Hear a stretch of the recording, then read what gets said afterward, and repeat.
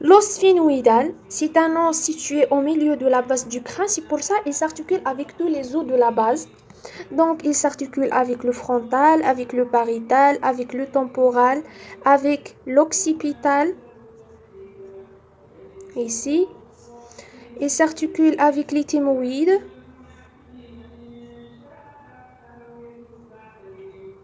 Aussi, il s'articule avec le malaire, ou bien le zygomatique. Il s'articule avec le palatin,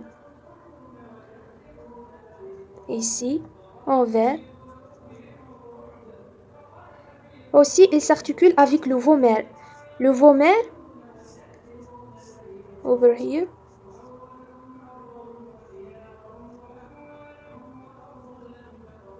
Le vomer, il s'articule sur la crête du sphénoïde.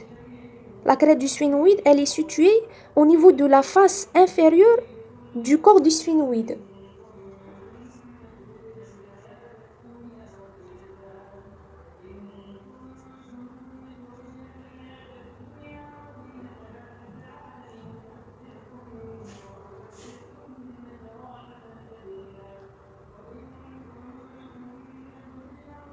Donc, le sphénoïde, il présente un corps. Le corps donne naissance latéralement aux petites ailes et aux grandes ailes du sphénoïde. La face supérieure, elle présente le gigome sphénoïdal. Entre les deux racines de petites ailes du sphénoïde existe un trou, c'est le trou optique. Et on a ici la selle turcique, où loge la glande pituitaire ou bien hypophysaire. La face postérieure, elle s'articule avec l'os occipital. Pour les grandes ailes du sphénoïde, elles présentent 3 foramens, un foramen rond, foramen ovale et foramen épineux ou bien spineux. Entre la petite aile et la grande aile, il existe une fissure, c'est la fissure infraorbitaire ou bien la fente sphénoïdale. C'est la face endocrânienne supérieure. Pour la face exocrânienne située à l'extérieur, elle est divisée en deux parties.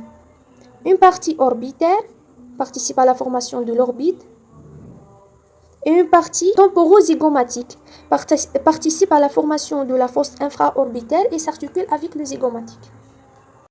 Le sphénoïde. Le sphénoïde, c'est un os qui participe à la formation de la voûte et de la base du crâne. Il s'articule avec tous les os du crâne.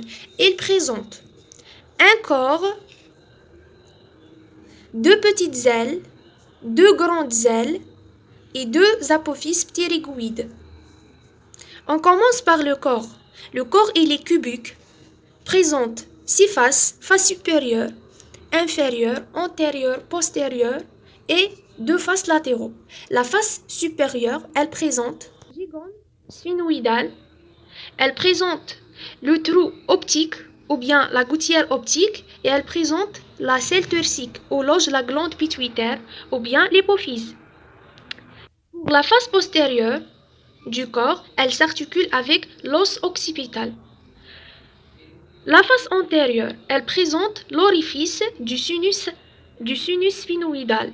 Et pour la face inférieure, elle présente la crête. C'est la crête sphénoïdale antérieure dans laquelle le vomer s'articule avec. La face latérale, les deux faces latérales. La face latérale du corps, elle donne naissance aux petites ailes du sphénoïde en haut et en avant. Et en bas et en arrière, elle donne naissance aux grandes ailes du sphénoïde. Les petites ailes des sphénoïdes s'implantent par deux racines, une racine supérieure, une racine inférieure.